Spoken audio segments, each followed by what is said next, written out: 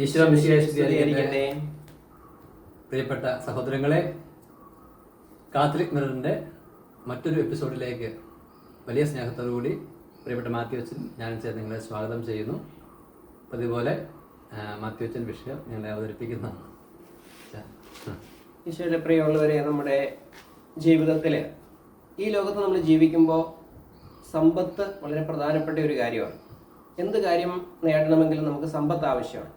അപ്പോൾ സമ്പത്തിനെ കുറിച്ചുള്ള സഭയുടെ കാഴ്ചപ്പാട് എന്താണ്, വചനത്തിൻ്റെ കാഴ്ചപ്പാട് എന്താണ് എന്ന് നമുക്ക് ഈ ചർച്ചയിലൂടെ ഒന്ന് മനസ്സിലാക്കാൻ ശ്രമിക്കാം.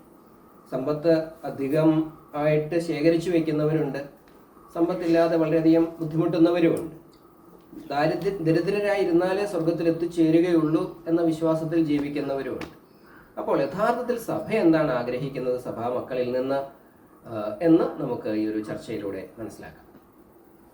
വിശേട്ടാ, ഈ സമ്പത്തിനെ കുറിച്ച് പറയുമ്പോൾ ദരിദ്രരെ നിങ്ങൾ ഭാഗ്യവാന്മാർ, സ്വർഗരാജ്യം നിങ്ങളുടേതാണെന്ന് ഈശോ പറയുന്നുണ്ട്. അപ്പോൾ നമ്മൾ യഥാർത്ഥത്തിൽ സമ്പത്തിനെ പരിത്യജിച്ചുകൊണ്ട് ദാരിദ്ര്യത്തെ പുൽകിക്കൊണ്ട് വേണം ഈശോയാകുന്ന സ്വർഗരാജ്യത്തെ സ്വന്തമാക്കുവാനായിട്ട്. ഈശോയുടെ ചില വചനങ്ങൾ കേട്ട് കഴിയുമ്പോൾ നമുക്ക് ശരിക്കും അങ്ങനെ തന്നെയാണ് തോന്നിപ്പോകുന്നത്. പ്രത്യേകിച്ച് ഒരിക്കലും ഈശോ പറയുന്നുണ്ടല്ലോ, ധനവാൻ സ്വർഗരാജ്യത്തിൽ പ്രവേശിക്കുന്നതിനേക്കാൾ എളുപ്പം ഒട്ടകം സൂചിക്കുഴുക്ക് കടന്നു പോകുന്നതാണ്. അച്ഛൻ പറഞ്ഞ വചനം ഈശോ പറഞ്ഞിരിക്കുന്നു. അപ്പോൾ ഇങ്ങനെയുള്ള പിന്നെ ഈശോ തന്നെ ഒരു ദരിദ്രനായിട്ട് ജീവിച്ചു എന്ന് നമ്മൾ അങ്ങനെ വിശ്വസിക്കുന്നു. ഈശോയെ ആത്മാർത്ഥമായിട്ട് അനുഗമിച്ച നമ്മുടെ വിശുദ്ധ ഫ്രാൻസിസിനെ പോലുള്ളവരൊക്കെ അങ്ങനെ ദാരിദ്ര്യം ഒരു നിഷ്ഠ പോലെ പാലിച്ചിരുന്നവരായിട്ട് നമ്മൾ കാണുന്നു. പിന്നെ സന്യാസിൽ 3 വ്രതങ്ങൾ, അതിലൊരു വ്രതമായിട്ട് ദാരിദ്ര്യം കരുതപ്പെടുന്നു, അങ്ങനെ ആഘോഷിക്കുന്നു. ഇതിൻ്റെയൊക്കെ പശ്ചാത്തലത്തിൽ ദാരിദ്ര്യം ഉണ്ടെങ്കിൽ മാത്രമേ ദൈവാനുഭവം ഉണ്ടാകത്തുള്ളൂ, അല്ലെങ്കിൽ സ്വർഗത്തിൽ പോകത്തുള്ളൂ നമുക്ക് വിശ്വസിക്കത്തക്ക രീതിയിലൊരു ന്യായം വരുന്നുണ്ട്. പക്ഷെ നമുക്ക് എപ്പോഴും അറിയാവുന്നതുപോലെ തിരുസഭയെ സംബന്ധിച്ച് സഭ എപ്പോഴും ബൈബിളിലെ ഏതെങ്കിലും ഒരു വചനത്തെയോ അല്ലെങ്കിൽ തന്നെ ഈശോയെ ഏതെങ്കിലും ഒരു സ്വഭാവത്തെ മാത്രം എടുത്തുകൊണ്ടല്ല ഈശോയെയും സുവിശേഷത്തെയും വ്യാഖ്യാനിക്കുന്ന നമുക്കറിയാം. അതുകൊണ്ട് തന്നെ സഭയ്ക്ക് ഈ വചനങ്ങളെയൊക്കെ ഒരു പൊതു സന്ദേശത്തോട് ചേർത്ത് വെച്ചുകൊണ്ടുള്ളൊരു വ്യാഖ്യാനം ഉണ്ടല്ലോ. അപ്പോൾ അതിലേക്ക് നമ്മൾ പോകുന്നതാണ് നല്ലത് തോന്നുന്നു. അപ്പോൾ ഈ ഒരു വിഷയത്തിൽ എന്നെ ഒത്തിരിയേറെ സ്വാധീനിച്ചൊരു കാര്യം, നമുക്കറിയാം ഒരു ക്രിസ്ത്യാനി എങ്ങനെ ജീവിക്കണം എന്നതിൻ്റെ പ്രോട്ടോടൈപ്പാണ് ആദിമസഭ. അപ്പോൾ ആദിമസഭ ഈ ദാരിദ്ര്യം എന്ന വിഷയത്തെ എങ്ങനെയാണ് കണ്ടിരുന്നത്? കാരണം ഈശ്വര വചനം നേരിട്ട് ശ്രമിച്ച അപ്പോസ്തലന്മാരുടെ ആ സമയത്താണല്ലോ. അപ്പോൾ അതുകൊണ്ട് വളരെ ആധികാരികതയുണ്ട് അന്നുള്ള സഭ എങ്ങനെയാണ് ഈ ഒരു കാര്യം ജീവിച്ചിരുന്നത്. അപ്പോസ്തല പ്രവർത്തികൾ 4-ാം അധ്യായത്തിൻ്റെ 34-ാമത്തെ വചനം. അപ്പം അതിൻ്റെ ആരംഭിക്കുന്നത് 32-ലാണ്. വിശ്വാസികളുടെ സമൂഹം ഒരു ഹൃദയവും ഒരാത്മാവുമായിരുന്നു എന്ന് പറഞ്ഞു കഴിഞ്ഞാൽ വലിയൊരു സ്നേഹ സമൂഹമായിരുന്നു എന്നുള്ളൊരു അർത്ഥമാണ്. ആരും തങ്ങളുടെ വസ്തുക്കൾ സ്വന്തമെന്ന് അവകാശപ്പെട്ടില്ല, എല്ലാം പൊതു സ്വത്തായിരുന്നു. അപ്പോസ്തലന്മാർ കർത്താവായ യേശുവിൻ്റെ പുനരുത്ഥാനത്തെ വലിയ ശക്തിയോടെ സാക്ഷ്യം നൽകി. അവരെല്ലാവരുടെ മേൽ കൃപാവര സമൃദ്ധമായി ഉണ്ടായിരുന്നു. അടുത്ത വചനമാണ് പ്രധാനപ്പെട്ടത്. അവരുടെ ഇടയിൽ ദാരിദ്ര്യം അനുഭവിക്കുന്നവർ ആരും ഉണ്ടായിരുന്നില്ല. അതിൻ്റെ അർത്ഥം എന്തായിരിക്കും? ആദിമസഭയിൽ ദരിദ്രം ഇല്ലായിരുന്നു. അല്ല, അങ്ങനല്ല അല്ലേ? വേറെ വചനങ്ങളല്ല പറഞ്ഞിരിക്കുന്നത്. അതെ. അപ്പം നമ്മൾ ചില വചനങ്ങൾ നമ്മൾ പെറുക്കി അങ്ങനെ ഓരോന്നായിട്ട് എടുത്തു നോക്കി കഴിയുമ്പോൾ ദാരിദ്ര്യം കൂടാതെ വയ്യാന്ന് പറയുമ്പോഴും ഇവിടെ വചനത്തിൽ കിടക്കുന്ന ഒരു പ്രധാനപ്പെട്ട സന്ദേശം, അവരുടെ ഇടയിൽ ദരിദ്രരായി ആരും ഉണ്ടായിരുന്നില്ല. അപ്പം അത്യാവശ്യം താരതമ്യേന ഒരു അല്ലേ അത്യാവശ്യം ജീവിക്കുന്ന കാര്യങ്ങളെല്ലാം ഉണ്ടായിരുന്നു. അപ്പോൾ ഇതിൽ ഒരു കാര്യം വ്യക്തമാണ്. പിന്നെ ഒരു ഇത് മാത്രമല്ല, ഈശോയ്ക്ക് ശുശ്രൂഷയ്ക്ക് വേണ്ടി പല സമ്പത്ത് കൊടുത്തിരുന്നു. അപ്പോൾ യൂദാസ് കറിയോത്ത മോഷ്ടിച്ചു എന്ന് പറയുന്ന ആ പണസഞ്ചി ആരുടേതായിരുന്നു വാസ്തവത്തിൽ? ഈശോ പിന്നെ പിടിക്കാതെ യൂദാസിനെ ഏൽപ്പിച്ചു. പക്ഷെ ആ പണമല്ല ഈശോയുടേതായിരുന്നു. കാരണം സമ്പത്ത് കൂടാതെ ഇപ്പം അങ്ങനെ ആ ഒരു ദാരിദ്ര്യം ഒരു ചൈതന്യത്തിൽ ജീവിച്ചിരുന്ന ഈശോയ്ക്ക് പോലും അല്ല അപ്പോസ്തലന്മാർക്കൊന്നും ഭൂമിയിലായിരിക്കുമ്പോൾ സമ്പത്ത് കൂടാതെ നമുക്ക് ജീവിക്കാൻ പറ്റത്തില്ല. ഒരു പ്രാവശ്യം നികുതി കൊടുക്കാൻ വേണ്ടി ഈശോ പിന്നെ അല്ലേ 10 ദിവസം അല്ലേ അവിടെ ഇങ്ങനെ പെട്ടെന്ന് പിന്നെ അവിടെ നികുതി പൈസ അവിടെ ഇപ്പോൾ ഉണ്ടാകട്ടെ എന്ന് ഈശോ പറയല്ലേ ചെയ്തത്, അല്ലേ? ഇപ്പോൾ പിന്നെ ഗവൺമെൻറ്റിൻ്റെ ഓഫീസിൽ ഞങ്ങൾക്കുള്ള പൈസ ഇപ്പോൾ അവിടെ ഉണ്ടാകട്ടെ എന്നല്ല പറയുകയല്ലേ ചെയ്തത്. പണത്തിന് പണം തന്നെ ആവശ്യമുണ്ട്, അല്ലേ? ഉണ്ട്. അവിടെ ഈശോ ആ സന്ദേശം തന്നെ കാണിച്ചിരിക്കുകയാണ്. അപ്പോൾ ഒരു നാണയമെടുത്ത് ഈശോയോട് ചോദിക്കുന്നുണ്ടല്ലോ. അപ്പോൾ ഈശോ ഏതൊരു വിഷയത്തിൽ ഈശോ സംസാരിക്കുമ്പോൾ ഈശോ പറഞ്ഞു നാണയം കാണിക്കാൻ പറഞ്ഞില്ലേ. എന്നിട്ട് ഈശോ പറഞ്ഞ ഉത്തരം എന്താണ്? സീസറിനുള്ളത് സീസറിനും ദൈവത്തിനുള്ളത് ദൈവത്തിനും കൊടുക്കും. അവിടെ ഈശോ ആ ഒരു കാര്യത്തിൽ, അല്ലേ, ആ ഒരു ഭൗതിക സമ്പത്ത് അതിൻ്റെതായ രീതിയിൽ നമുക്ക് ആവശ്യമുണ്ട് എന്ന രീതിയിലുള്ളൊരു സൂചന ഈശോ നൽകുന്നുണ്ട്. അപ്പം അങ്ങനെ പക്വമായ ഒരു കാഴ്ചപ്പാടിലാണ് നമ്മൾ ഈ സമ്പത്തുമായി ബന്ധപ്പെട്ട കാര്യങ്ങളെ കാണേണ്ടെന്ന് തോന്നുന്നു. ഇപ്പം ഒറ്റ വാക്കിൽ പറയാവുന്നത് ക്രിസ്ത്യാനിക്ക് സമ്പത്ത് നിഷിദ്ധമല്ല. പിന്നെ തെളിവുകളുണ്ട്. കത്തോലിക്ക സഭയിലെ ചില വിശുദ്ധരൊക്കെ രാജാക്കന്മാരല്ലായിരുന്നു, അല്ലേ? രാജാക്കന്മാരും പ്രഭുക്കന്മാരൊക്കെ എത്രയോ പേര് വിശുദ്ധരായിട്ടുണ്ട്. സമ്പത്തിൻ്റെയൊക്കെ വലിയ രാജാക്കന്മാരെന്നൊക്കെ നമുക്കറിയാം. എല്ലാവിധ സൗഭാഗ്യങ്ങളുടെയും മധ്യത്തിൽ ജീവിക്കുമ്പോൾ തന്നെ ഒരുപക്ഷെ അവരുടെ നാട്ടിൽ പല ദരിദ്രം ജീവിച്ചിരുന്നു, അല്ലേ? ഇപ്പോൾ രാജാവ് രാജ്യം ഭരിക്കുന്ന സമയത്ത് തന്നെ ചില ദരിദ്രരൊക്കെ അവിടെ ഉണ്ടായിരുന്നിരിക്കുക ആ ഒരു രാജ്യത്തിന് കീഴിൽ. അപ്പോഴും ഇദ്ദേഹം രാജാവായിട്ട് ജീവിച്ചുകൊണ്ടിരിക്കുകയാണ്. അപ്പോൾ ഒരു മെറ്റീരിയൽ തലത്തിൽ നമ്മൾ ഇദ്ദേഹം തിരിച്ചു ചിന്തിച്ചു കഴിഞ്ഞാലോ, നമ്മുടെ ചുറ്റുപാടും എത്രയേറെ ദരിദ്രർ നമ്മൾ കാണുന്നു. അവരെല്ലാം വിശുദ്ധരാണോ?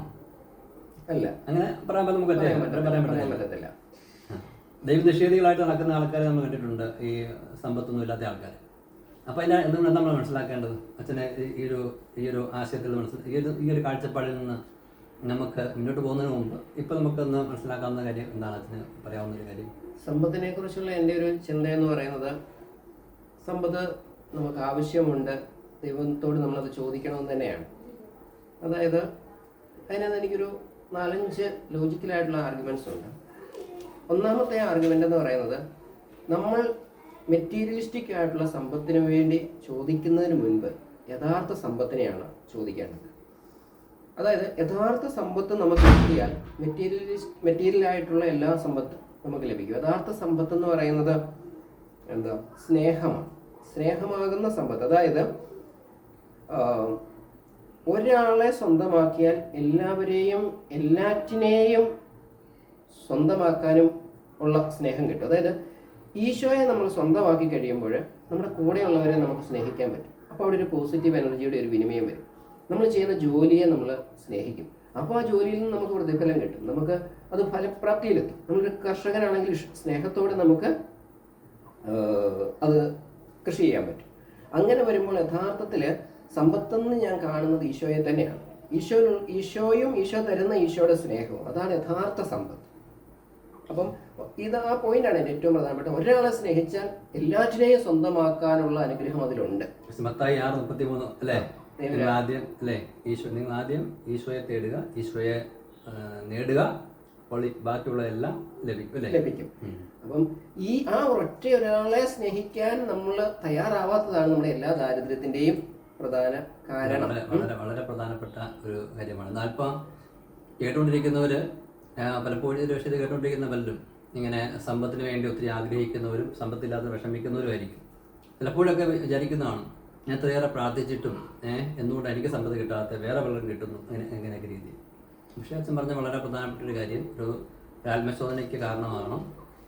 ഞാൻ ഈശോയെ നേടാൻ വേണ്ടി, ഞാനിപ്പോൾ സമ്പത്തിന് വേണ്ടി പ്രാർത്ഥിക്കുന്ന അത്രയും ദാഹത്തോടുകൂടി ഈശോയെ സമ്പത്തിന് വേണ്ടി പ്രാർത്ഥിക്കാറുണ്ടോ? ബാക്കി സമ്പത്ത് വന്നോളൂ. രണ്ടാമത്തെ ചിന്ത ഇതാണ്, ഈ പ്രപഞ്ചവും ഈ പ്രപഞ്ചത്തിലുള്ള മുഴുവൻ സമ്പത്തും ഈശോയുടേതാണ്, അല്ലെങ്കിൽ ദൈവത്തിൻ്റെതാണ്, പിതാവിൻ്റെതാണ്, ത്രിത്വത്തിൻ്റെതാണ്. അപ്പോൾ ഈ സമ്പത്ത് ദൈവത്തിൻ്റെ മക്കൾക്ക് അവകാശപ്പെട്ടതാണ്. ദൈവത്തിൻ്റെ മക്കളുടെ കയ്യിൽ ഈ സമ്പത്ത് എത്തിയില്ല എങ്കിൽ അത് തിന്മ പ്രചരിപ്പിക്കുന്നവരുടെ, കുറച്ചുകൂടി ഇതായിട്ട് പറഞ്ഞാൽ സാത്താനെ പ്രീതിപ്പെടുത്തുന്നവരുടെ കയ്യിലെത്തും. അപ്പോൾ അവർ ഈ ലോകത്ത് തിന്മ വീണ്ടും വീണ്ടും വിതച്ചുകൊണ്ടിരിക്കും. അങ്ങനെയാണ് ഈ മയക്കുമരുന്ന് കച്ചവടവും യുദ്ധങ്ങളും എല്ലാം ലോകത്ത് നടക്കുന്നത്. അപ്പോൾ സമ്പത്ത് യഥാർത്ഥത്തിൽ വരേണ്ടത് ആരുടെ കയ്യിലാണ്? ദൈവത്തെ സ്നേഹിക്കുന്നവരുടെ കൈകളിലാണ്. അവർ നല്ല ഉചിതമായ രീതിയിൽ അത് വിനിമയം ചെയ്യും. പിന്നെ അടുത്ത ഒരു ചിന്ത എൻ്റെ മനസ്സിലുള്ളത്, നമ്മളെല്ലാവരും സഭയിൽ അംഗമായിരിക്കുന്നതും ജീവിതത്തിൽ കൊതിക്കുന്നതും കിട്ടണമെന്ന് ആഗ്രഹിക്കുന്നതും നിത്യജീവനാണ്. നിത്യജീവനും സമ്പത്തുമായിട്ട് ചെറിയൊരു കണക്ഷൻ ഉണ്ട് എന്ന് ഈശോ സൂചിപ്പിക്കുന്നുണ്ട്. അതായത് അവസാന നാളിൽ ഈശോ ചോദ്യം ചോദിക്കുമല്ലോ. ചില ചോദ്യങ്ങൾ ചോദിച്ച് അതിന് നമ്മൾ കൊടുക്കുന്ന ഉത്തരത്തിനനുസരിച്ചാണ് 6 ചോദ്യങ്ങൾ. എനിക്ക് വിശന്നു, നീ എനിക്ക് ഭക്ഷണം തന്നു, എനിക്ക് ദാഹിച്ചു, നീ എനിക്ക് കുടിക്കാൻ തന്നു, ഞാൻ പരദേശിയായിരുന്നു, നീ എന്നെ സ്വീകരിച്ചു, ഞാൻ കാരാഗ്രഹത്തിലായിരുന്നു, നീ എന്നെ സന്ദർശിച്ചു എന്നൊക്കെ പറയുന്ന ആ വചനഭാഗം. ഇവിടെ നമ്മളൊരു കാര്യം തിരിച്ചറിയണം. വിശക്കുന്ന ഒരുവന് ഞാൻ ഭക്ഷണം കൊടുക്കണമെങ്കിൽ ആ ഭക്ഷണം കൊടുക്കാനുള്ള സമ്പത്തിൻ്റെ വേണം. ഞാൻ തന്നെ വിശന്നിരിക്കുന്നവനാണെങ്കിൽ എനിക്ക് കൊടുക്കാനാവില്ലല്ലോ. ഒരു പരദേശിയെ എനിക്ക് എൻ്റെ വീട്ടിൽ കയറി താമസിപ്പിക്കാൻ സാധിക്കത്തില്ല ഇന്നത്തെ ചുറ്റുപാടിൽ. ആ സമയത്ത് പരദേശിയായ ഒരാൾക്ക് ഒരു കൊച്ചു വീടുണ്ടാക്കി കൊടുക്കണമെങ്കിൽ അതിനുള്ള സമ്പത്ത് ഞാൻ ആർജിച്ചിരിക്കണം, അല്ലേ? അങ്ങനെ ചിന്തിക്കുമ്പോഴും സമ്പത്ത് ചോദിക്കണം നമ്മൾ ദൈവത്തോട്. പക്ഷേ ആ സമ്പത്ത് സ്വാർത്ഥതയ്ക്ക് വേണ്ടി ചെലവഴിക്കുമ്പോഴേ ഒരു പ്രശ്നമായി വരുന്നുള്ളൂ. പിന്നെ നാലാമതായിട്ടുള്ളത് ഇതാണ്. കത്തോലിക്ക സഭ, ഞാൻ പറയുകയാണെങ്കിൽ സഭയ്ക്ക് സമ്പത്തുണ്ട്. സഭയുടെ അധികാരികളാണല്ലോ ഏറ്റവും ടോപ്പ് മാർപ്പാപ്പ, ബിഷപ്പുമാര്, വികാരിയച്ഛന്മാര്, കൊച്ചച്ഛന്മാര്, അങ്ങനെയാണല്ലോ. പക്ഷേ ഈ സമർപ്പിത സമൂഹങ്ങൾ ഇവർക്കെല്ലാം എന്തുണ്ട്? സമ്പത്തുണ്ട്. ഇവർക്കെല്ലാം സമ്പത്തുണ്ട്. ഓരോ പൊസിഷനും ഉയർന്നുയർന്ന് പോകുമ്പോഴേക്കും അവരുടെ ജീവിത സൗകര്യങ്ങൾ വർദ്ധിക്കുക ചെയ്യും. അപ്പം അങ്ങനെ ചിന്തിക്കുമ്പോൾ കർത്താവ് സമ്പത്തിനെ എതിർക്കുന്ന ഒരു വ്യക്തിയായിരുന്നെങ്കിൽ സഭയ്ക്കൊരിക്കലും സമ്പത്ത് കൊടുക്കില്ലായിരുന്നു, സഭാ അധികാരികൾക്ക്. കുറച്ചൊക്കെ പ്രശ്നം കാണും അല്ലേ? അമിതമായ രീതിയിൽ സംഭരിച്ചു വെക്കുന്ന ഒരു പ്രശ്നം ചിലപ്പോൾ ഉണ്ടായേക്കാം. പറയാൻ കാരണം ചിലപ്പോൾ ഇത് കേൾക്കുമ്പോൾ തന്നെ ചില തെറ്റിദ്ധരിക്കുകയും ചില കേസുകളിലൊക്കെ അമിതമായിട്ട് സമ്പത്ത് സംഭരിച്ചു വെക്കുന്നുണ്ടല്ലോ. അത് ഒരു വശം. മറുവശത്തെ ന്യായമായ രീതിയിൽ സമ്പത്ത് സമ്പാദിക്കാൻ ദൈവം തന്നെ സഭയ്ക്ക് അവകാശവും കടമയും കൊടുത്തിട്ടുണ്ട്. അവിടെ ഒരു കാര്യം കൂടെ പറയാൻ ഞാൻ ആഗ്രഹിക്കുന്നു. സഭ സമ്പത്ത് ശേഖരിച്ച് വെക്കേണ്ട ഒരു സംഭവമല്ല. സഭ ശേഖരിക്കുന്ന സമ്പത്ത് സഭയിലെ മക്കളുമായിട്ട് പങ്കുവെക്കേണ്ടതാണ്. ഇപ്പം രൂപതയ്ക്ക് അല്ലെങ്കിൽ സമർപ്പിത സമൂഹങ്ങൾക്ക് സമ്പത്തുണ്ടാവും. ഓരോ വർഷത്തെയും ബാലൻസ് ഓരോ സന്യാസങ്ങൾ എടുക്കുക അല്ലെങ്കിൽ രൂപത എടുക്കുമ്പോൾ ഒത്തിരി മിച്ചം വരുന്നുണ്ടെങ്കിൽ അത് അവരുടേതല്ല, അത് എത്രയോ പാവങ്ങൾ ഈ സഭയിലുണ്ട്. അതായിരിക്കും വിശ്വാസികൾക്ക് ക്ലാഷ് ഉണ്ടാക്കുന്നത്. സഭയെ സമ്പത്തിരിക്കുന്നതല്ല, ആവശ്യമുള്ള ആളുകളിലേക്ക് പലപ്പോഴും എത്തുന്നില്ല എന്നുള്ളതാണ്. ആ ഒരു അതിനാണ് തന്നെ പറഞ്ഞതാണല്ലോ, ആരും സഭയില് ദരിദ്രരായി ആരും കാണരുതെന്ന് പറയുന്നത്. അപ്പൊ നാലാമത്തെ അതായി. അഞ്ചാമത്തെ കാര്യം ഇതാണ്. ശരിക്കും നമ്മളുടെ ജീവിതത്തിൽ സമ്പത്തില്ലാതെ ഞാൻ വലിയ ദരിദ്രനാണെങ്കിൽ ഞാൻ പ്രാർത്ഥിക്കാനിരുന്നാൽ പോലും വലിയ വിശുദ്ധരുടെ കാര്യമല്ല ഞാൻ പറയാം, സാധാരണ മനുഷ്യരുടെ കാര്യമാണ്. ഇനിയിപ്പോൾ നാളെ ഒരു ഓപ്പറേഷൻ നടത്തണം, അപ്പോൾ അതിനൊരു പണം വേണം. ആ പണം ഇല്ലാത്ത അവസ്ഥയാണ് എൻ്റെ കയ്യിലെങ്കിൽ ഞാൻ പ്രാർത്ഥിക്കാനിരുന്നാൽ പോലും എൻ്റെ മനസ്സ് അങ്ങോട്ടും ഇങ്ങോട്ടും ഒക്കെ ചാഞ്ചാടും. റിയലി അല്ലെങ്കിൽ അത്രമേൽ വിശുദ്ധിയിലെത്തണം, ദൈവം അത്രയ്ക്ക് തരും. അല്ലെങ്കിൽ പ്രാർത്ഥിക്കാനിരിക്കുമ്പോൾ എനിക്ക് വിശ്വാസം ഉണ്ടെങ്കിലും എൻ്റെ കുടുംബത്തിൽപ്പെട്ടവർ വന്ന് തന്നെ അലട്ടും. ആ ഒരു ചിന്തയുണ്ട്. അപ്പം ആ മേഖലയിൽ നമ്മുടെ മനസ്സിനൊരു സ്വസ്ഥതയും ശാന്തതയും ഒരു ഏകാഗ്രതയും കിട്ടണമെങ്കിൽ ന്യായമായ രീതിയിൽ നമ്മുടെ കാര്യങ്ങൾ നടത്തിക്കൊണ്ടു പോകാൻ ആവശ്യമായ ഒരു സ്വയം പര്യാപ്തത നമ്മൾ ആർജിക്കണം. അപ്പോൾ ഈ 5 കാര്യങ്ങളാണ് അച്ഛന് പ്രധാനമായിട്ട് പറഞ്ഞത്. അപ്പോൾ ഈ സമ്പത്തുമായിട്ടുള്ള കാര്യത്തിൽ ഒരു വശത്ത് നമ്മുടെ സമ്പത്ത് ശരിയാണ്, ഉപയോഗിക്കാം, ആവശ്യമുണ്ട്, നല്ലതാണെന്ന് പറയുമ്പോഴും അതുണ്ടാക്കുന്ന അപകടങ്ങളെക്കുറിച്ച് നമുക്ക് പറയാതെ നിർത്താൻ പറ്റിയെന്ന് തോന്നുന്നു. കാരണം ഈശോ അത്രമാത്രം കർശനമായിട്ടാണല്ലോ പറഞ്ഞിരിക്കുന്നത്. ധനവാൻ സ്വർഗത്തിൽ പ്രവേശിക്കുന്നതിനേക്കാൾ എളുപ്പം ഒട്ടകം സൂചിപ്പിൽ കടന്നു പോകുന്നതാണ്. എന്നോ അതുമല്ല, 1 തിമോത്തി 6:10 വിശുദ്ധ പൗലോസ് പറയുന്നുണ്ടല്ലോ, ധനാസക്തിയാണ് സകല തിന്മകളുടെയും അടിസ്ഥാന കാരണം. അപ്പോൾ തിരുവചനങ്ങൾ ഇതുപോലൊരു ശക്തമായ വാണിംഗ് തരുന്നുണ്ടെങ്കിൽ ഒരുപക്ഷെ മറ്റു പല കാര്യങ്ങളെക്കാൾ ഉപരിയായിട്ട് സമ്പത്ത് നമുക്ക് സ്വർഗം നഷ്ടപ്പെടാനുള്ള സാധ്യതയുണ്ട്. അത് നമ്മൾ കാണുന്നുണ്ട്. ഇപ്പം ദൈവത്തോട് സ്നേഹമുണ്ടായിരുന്ന വ്യക്തികൾക്ക് പോലും കുറച്ച് സമ്പത്ത് വന്നു കഴിയുമ്പോൾ ദൈവത്തെ മറന്നു പോകുന്ന അവസ്ഥ പലപ്പോഴും നമ്മൾ കണ്ടിട്ടുണ്ട്. അപ്പം അതുകൊണ്ട് ഒരു ഗുണമാണ്, നല്ലതാണെന്ന് പറയുമ്പോൾ പോലും ഇതിൻ്റെ അപകടത്തെക്കുറിച്ച് കൂടി നമുക്ക് പറയാനായിട്ട് പറ്റുമെന്ന് എനിക്ക് തോന്നുന്നു. എങ്ങനെയായിരിക്കണം ഈ സമ്പത്ത് മനുഷ്യന് ദൈവത്തെ നഷ്ടപ്പെടുത്തി കളയുന്നത്? ഞാനൊരു സമ്പന്നനായി കഴിയുമ്പോൾ എനിക്കൊരു അഹങ്കാരം രൂപപ്പെട്ടാൽ, ഒന്നാമത്തെ കാര്യം അഹങ്കാരം രൂപപ്പെട്ടാൽ അതൊരു വലിയ പ്രശ്നമാണ്. ഞാൻ തന്നെ എനിക്ക് I'm a self made man എന്നൊക്കെയുള്ളൊരു തോന്നൽ കയറിയാൽ, പിന്നെ രണ്ടാമതായിട്ട് സമ്പത്ത് വന്നു കഴിയുമ്പോൾ ധാരാളം സുഹൃത്തുക്കളും ഒക്കെയാണ് നമ്മുടെ കൂടെ. അപ്പോൾ അവരുടെ കൂടെയുള്ള കൂട്ടായ്മയിലൊക്കെ ചെന്ന് മദ്യപാനവും മറ്റ് ആഡംബര ജീവിതത്തിലേക്ക് പോകുമ്പോൾ അത് നമ്മളെ ദൈവത്തിൽ നിന്ന് അകറ്റും. മൂന്നാമതായിട്ട് സമ്പത്ത് വന്നു കഴിയുമ്പോൾ മറ്റുള്ളവരെ ഒരു പുച്ഛത്തോടെ കാണുന്ന പരസ്നേഹം നഷ്ടപ്പെടും. നഷ്ടപ്പെടുന്ന പറഞ്ഞനുസരിച്ച് ഒന്നാമത്തെ ഭാഗം ദൈവസ്നേഹം നഷ്ടപ്പെടും, ദൈവസ്നേഹം ദൈവത്തിൽ ആശ്രയം നഷ്ടപ്പെടും. അല്ലെ, എനിക്ക് ദൈവത്തിൽ ആശ്രയിക്കേണ്ട ആവശ്യമൊന്നുമില്ല, പണമല്ല ഉള്ളേ. അപ്പൊ ദൈവത്തിൽ ആശ്രയിക്കാൻ നമുക്ക് ആത്മീയമായ ഒരു കൃപയും വരത്തില്ല. അപ്പൊ ഓട്ടോമാറ്റിക്കായിട്ട് അയാൾക്ക് എല്ലാ കൃപയും നഷ്ടപ്പെടും. മൂന്നാമത്തെ പറഞ്ഞ നിർത്തിയ കാര്യത്തില് പരസ്നേഹം പൂർണ്ണമായിട്ട് നഷ്ടപ്പെടും. നാലാമതായിട്ട് സമ്പത്ത് വന്നു കഴിയുമ്പോൾ നമ്മൾ പോലും അറിയാതെ പാപപ്രവൃത്തികളിലേക്ക് പോകാനുള്ളൊരു പ്രേരണ ഉണ്ടാകും. ചുമ്മാ ഒരു എന്താ പറയുക, സമ്പന്നരുടെ ജീവിതശൈലി, ആഡംബര ജീവിതം ആരംഭിച്ചു കഴിയുമ്പോഴേക്കും ശരീരവും മനസ്സും പിന്നെയും അതിനുവേണ്ടി ദാഹിക്കും. അപ്പോൾ നാം അറിയാതെ ദൈവം ഏറ്റവും ചെയ്യരുതെന്ന് പറഞ്ഞിരിക്കുന്ന പാപപ്രവൃത്തികളിലേക്കും പിന്നെ ആ പാപത്തെ നിസ്സാരവൽക്കരിക്കാനുള്ള ഒരു പ്രവണത. കാരണം ഒരു പാപത്തിലേക്ക് ഒരാൾ വീണ് കഴിഞ്ഞാൽ പിന്നെ അതിനെ നിസ്സാരവൽക്കരിക്കണം, ഇതൊക്കെ എല്ലാവരും ചെയ്യുന്നതല്ലേ എന്നുള്ള ആ ഒരു കാഴ്ചപ്പാട് വരും. ഇതൊക്കെയാണ് പ്രധാനമായിട്ടും എനിക്ക് തോന്നിയത്. അപ്പോൾ ഈ വിശുദ്ധ ബൈബിളിലെ ധനവാന്റെ ലാസറിന്റെ ഉപമയിൽ ഇപ്പം ധനവാൻ നരകത്തിലെത്തുന്നതിൻ്റെ ഒരു പ്രധാനപ്പെട്ട കാരണമായിട്ട് കാണുന്നത് ധനം തന്നെയാണ്, അല്ലേ? അയാൾ പിന്നെ ആഡംബരത്തോടെ ജീവിച്ചു, പഠിപ്പുരയുള്ള വീട്, എല്ലാ ദിവസവും സുഭിക്ഷമായ ഭക്ഷണം, പിന്നെ വസ്ത്രം, അല്ലേ, അങ്ങനെയുള്ള നല്ല വസ്ത്രമൊക്കെ ധരിച്ച്, അത് മൂന്നും മനുഷ്യൻ്റെ ബേസിക് നീഡ്സ് ആണല്ലോ. ആ ബേസിക് നീഡ്സിൽ വലിയൊരു ആഡംബരത്തിലേക്ക് പോയി അതിൻ്റെ ഭാഗമായിട്ട് അയാൾ സ്വർഗം നഷ്ടപ്പെടുത്തുന്നത്. അപ്പോൾ ശ്രദ്ധിച്ചത് മാത്രമല്ല, കാരണം നമുക്ക് ദിവസവും പണവും മറ്റൊക്കെ ആവശ്യമുള്ളത് കൊണ്ട് അതിലേക്ക് മനസ്സ് തിരിഞ്ഞിരിക്കുന്നുള്ള സ്വാഭാവികതയാണ്. പക്ഷേ നമുക്ക് ജീവിക്കാൻ പണത്തേക്കാൾ ഉപരി ദൈവമാണ് ആവശ്യമായിരിക്കുന്നത് എന്നുള്ളത് നമ്മളെ മറച്ചു കളയുന്ന വലിയൊരു യാഥാർത്ഥ്യമാണിത്. അപ്പോൾ ഏറ്റവും വലിയ അപ്പോൾ അച്ഛൻ പറഞ്ഞത് ദൈവാശ്രയത്തെ കളയുന്നു, അതിൻ്റെ രണ്ടാമത്തെ ഭാഗമായിട്ട് പരസ്നേഹം കളയുന്നു. ഇത് രണ്ടും പോയി കഴിഞ്ഞാൽ പിന്നെ ഒരു മനുഷ്യൻ ജീവിച്ചിരിക്കുന്നതിൽ ക്രിസ്ത്യാനി ജീവിച്ചിരിക്കുന്ന അർത്ഥമേ ഇല്ലല്ലോ അപ്പോൾ ആ രീതിയിൽ. അപ്പോൾ അതുകൊണ്ട് ഫ്രാൻസിസ് പുണ്യാണ് പറയുന്നത് തന്നെ അത്രമാത്രം ഭയത്തോടു കൂടി നമ്മൾ കൈകാര്യം ചെയ്യേണ്ട ഒരു വിഷയമാണ് സമ്പത്ത് എന്നൊരു കാര്യം കൂടി നമ്മൾ ശ്രദ്ധിക്കേണ്ടതായിട്ടുണ്ട്. സമ്പത്ത് കിട്ടുന്നത് നല്ലതാണ്. നമ്മുടെ കയ്യിൽ ദൈവസ്നേഹമുള്ള വ്യക്തിയുടെ സമ്പത്ത് കിട്ടിക്കഴിഞ്ഞാൽ ധാരാളം പേർക്കത് ഷെയർ ചെയ്ത് നമുക്ക് അവർക്ക് അനുഗ്രഹമാകാൻ പറ്റും. ചിലപ്പോൾ ശ്രദ്ധിച്ചിട്ടുണ്ട്, ചിലർക്ക് ഇങ്ങനെ സമ്പത്തില്ല ഒരു കൊടുക്കുന്ന സമയത്തെ അവരെൻ്റെ ഈശോയെ എന്ന് വിളിക്കുന്ന വിളിയുണ്ടല്ലോ, സ്വർഗത്തെ സന്തോഷിപ്പിക്കുന്ന കാര്യമാണല്ലോ. അപ്പോൾ അതായത് ഒരു സമ്പന്നൻ തനിക്കുള്ള ആ പണം സ്നേഹത്തോടെ പാവങ്ങൾ കൊടുത്തു കഴിയുമ്പോൾ ഉണ്ടോ ഇയാൾക്ക് തന്നെ വലിയ അനുഗ്രഹമായിട്ട് മാറുകയാണത്. ഇയാളെ കയ്യിരിക്കുന്ന സമ്പത്തിനേക്കാൾ ഉപരി ഒരു വലിയൊരു ദൈവാനുഗ്രഹത്തിനുള്ള കാരണമായിട്ട് മാറുകയാണ്. അവർക്ക് ഭൗതികമായിട്ട് അനുഗ്രഹം ലഭിക്കുന്നു, അവർ ദൈവത്തെ മാത്രമല്ല ഒരുപക്ഷെ ചിലരൊക്കെ ദൈവത്തിന് അകന്നു പോകുന്നത് പിന്നെ ദാരിദ്ര്യം മൂലമായിരിക്കും.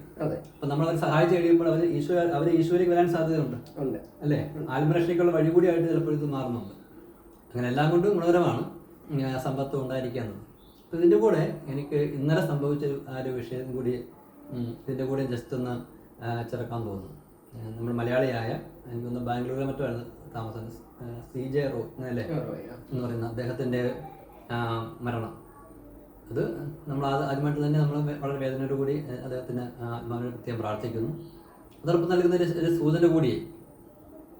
അപ്പം മനുഷ്യനിങ്ങനെ സമ്പത്ത് കിട്ടിക്കഴിഞ്ഞു കഴിഞ്ഞാൽ എല്ലാമായി എന്ന് വെച്ചിരുന്ന മനുഷ്യൻ്റെ ഉള്ളിലുണ്ട്. പക്ഷെ സമ്പത്തല്ല, സമാധാനമാണ് വാസ്തവത്തിൽ നമുക്ക് ഏറ്റവും അത്യാവശ്യമായിരിക്കുന്നത്. സമ്പത്തുള്ളതുകൊണ്ട് നമുക്ക് സമാധാനവും പൂർണ്ണമായ തൃപ്തി ഉണ്ടാകുന്ന നിർബന്ധമൊന്നുമില്ല. അപ്പം അതുകൊണ്ട് ഇതിൽ എനിക്ക് തോന്നുന്നു അദ്ദേഹത്തിൻ്റെ ആ ഒരു മരണം ഒത്തിരിയേറെ സന്ദേശങ്ങൾ ജീവിച്ചെടുക്കുന്നവർ നൽകുന്നുണ്ട്. സമ്പത്ത് ഉണ്ടായിക്കോട്ടെ, അദ്ദേഹത്തെ സഹായിച്ച വ്യക്തികളൊക്കെ ഇങ്ങനെ അറിയുകയുണ്ടായി. അതേസമയം തന്നെ നമ്മൾ വളരെ ജാഗ്രതയോടെ ജീവിക്കണം. ജീവിച്ചിരുന്നുണ്ടെങ്കിൽ നമുക്ക് സമാധാനം ഉണ്ടാകാൻ നിർബന്ധമില്ല. സമാധാനം ഉണ്ടാകാനുള്ള വഴി എന്താണ് ഈശോ പറഞ്ഞിരിക്കുന്നത്, അത് നമ്മൾ പ്രഥമമായിട്ട് തേടുകയും അതിൻ്റെ കൂടെ ബാക്കി സമ്പത്ത് ഉണ്ടാകുന്നത് നമ്മൾ സ്വീകരിക്കുകയുമായിരിക്കും നല്ലതെന്ന് തോന്നുന്നു. അതേക്കുറിച്ച് എന്താണ്? ധാർമ്മികത വിട്ട് സമ്പത്ത് ഉണ്ടാക്കരുത്. നിയമപരമായിട്ടുള്ള നിയമാനുസൃതമായ ടാക്സ് ഒക്കെ നമ്മൾ കൊടുക്കണം. അധാർമികമായിട്ട് തെറ്റായ വഴികളിലൂടെ ഉണ്ടാക്കുന്ന സമ്പത്ത് തീർച്ചയായിട്ടും നമ്മളെ നിത്യനാശത്തിലേക്ക് നയിക്കും. അതാണ് എനിക്ക് പറയാനുള്ളത്. പിന്നെ എൻ്റെ ഒരു ചിന്തയാണ്, നമ്മളിങ്ങനെ കോടികൾ അങ്ങനെ കൂട്ടിയൊന്നും വെക്കേണ്ട ആവശ്യമില്ല. നമുക്കൊക്കെ ഒരു ചെറിയ വയറും ഈ 6 അടി അല്ലെങ്കിൽ 5 അടി ഇത്രയല്ലേ ഉള്ളൂ. അപ്പോൾ ഒരു എന്താ പറയുക, ഒരു മനുഷ്യന് ജീവിക്കാൻ അങ്ങനെ ഒരുപാട് കോടികളുടെ നിക്ഷേപങ്ങളൊന്നും ആവശ്യമില്ല. ന്യായമായ രീതിയിൽ ജീവിക്കാൻ, സന്തോഷത്തോടെ ജീവിക്കാൻ ഉള്ള അത് മതി എന്നൊരു ചിന്തയും ഇതിൻ്റെ പിന്നിൽ എനിക്ക് മറ്റൊരു ചിന്തയും ഉണ്ട്. അപ്പം അധാർമികമായ സമ്പത്ത് ശേഖരിക്കുന്നവൻ ഒരു വചനം ഞാൻ മറന്നുപോയി, ഏതൊരു മുട്ടയിടുന്ന. അതെ എഴുതിയിട്ടുണ്ട്. അതായത് ആളുകൾ ഇങ്ങനെ വെറുതെ ചിന്തിച്ചു പോവാണേ. സമ്പത്ത് ഒത്തിരി ഉണ്ടായിക്കഴിഞ്ഞാൽ സമാധാനം ഉണ്ടാകും, സന്തോഷമാകുന്നുള്ളത്. പക്ഷേ പല അനുഭവങ്ങൾ പറയുന്നത് അതോടുകൂടി അവരുടെ സമാധാനം പടിപടിയായിട്ട് നഷ്ടപ്പെടാൻ തുടങ്ങിയ അവസ്ഥയാണ്. അപ്പോൾ അതുകൊണ്ട് നമ്മൾ ഒരു കൺക്ലൂഷനിലേക്ക് വരുമ്പോൾ എനിക്ക് എൻ്റെ ഉള്ളിൽ പറയാൻ വേണ്ടി തോന്നുന്നത്, സമ്പത്ത് നല്ലതാണ്, ഉചിതമായ രീതിയിൽ നമ്മൾ ഉണ്ടാക്കിയതും ദൈവത്തിന് ആത്മീയ ദാരിദ്ര്യം, ദൈവമാണ് എൻ്റെ യഥാർത്ഥമായ സമ്പത്ത് എന്നുള്ള ആ അനുഭവത്തിൽ ജീവിച്ചുകൊണ്ട് ഉപയോഗിക്കുന്നത്. അപ്പോൾ അദ്ദേഹം ശരിയായ രീതിയിൽ ഇത് ഉപയോഗിക്കുകയുള്ളൂ. എന്ന് മാത്രമല്ല, താൻ വെറും ഒരു ട്രസ്റ്റിയാണ്, ദൈവമാണ് സമ്പത്തിന് ഉടയവൻ, എൻ്റെ ദൈവം നോക്കാൻ ഏൽപ്പിച്ചിട്ടേ ഉള്ളൂ. അപ്പോൾ ദൈവത്തിൻ്റെ സമ്പത്താണെങ്കിൽ അനാവശ്യമായിട്ട് ഉപയോഗിക്കുകയില്ല. അങ്ങനെ അപ്പം അത് ഉചിതമായിട്ട് ഉപയോഗിക്കുകയുള്ളൂ. പ്രത്യേകിച്ച് ദൈവത്തിൻ്റെ മക്കളായിട്ടുള്ള എൻ്റെ സഹോദരങ്ങളായിട്ടുള്ളവരുടെ വേദനയിൽ, അവരുടെ ആവശ്യങ്ങളിൽ തൻ്റെ തന്നെ ഒരാവശ്യം എന്നതുപോലെ എടുത്ത് പണം അല്ലെങ്കിൽ ആവശ്യമുള്ള സമ്പത്ത് അവർക്ക് നൽകാനൊക്കെ ഉള്ളൊരു പ്രവണതയും ഒരു അഭിഷേക മനോഭാവമൊക്കെ ഉണ്ടാകും. അങ്ങനെ ഇരിക്കുമ്പോൾ തന്നെ ശ്രദ്ധിച്ചില്ലെങ്കിൽ ഈ സമ്പത്ത് നമ്മുടെ നിത്യനാശത്തിലേക്ക് എത്തിക്കാവുന്നൊരു വലിയൊരു അപകടം കൂടി ഉണ്ടെന്നുള്ളതാണ് എനിക്ക് വിഷയത്തിൽ പറയാൻ വേണ്ടിയുള്ളത്. ഇനി പ്രത്യേകിച്ചൊന്നും ഇതേക്കുറിച്ച് പറയാനില്ല. ഏറ്റവും വലിയ സമ്പത്ത് എന്ന് പറയുന്നത് നമ്മുടെ ഈശോ തന്നെയാണ്.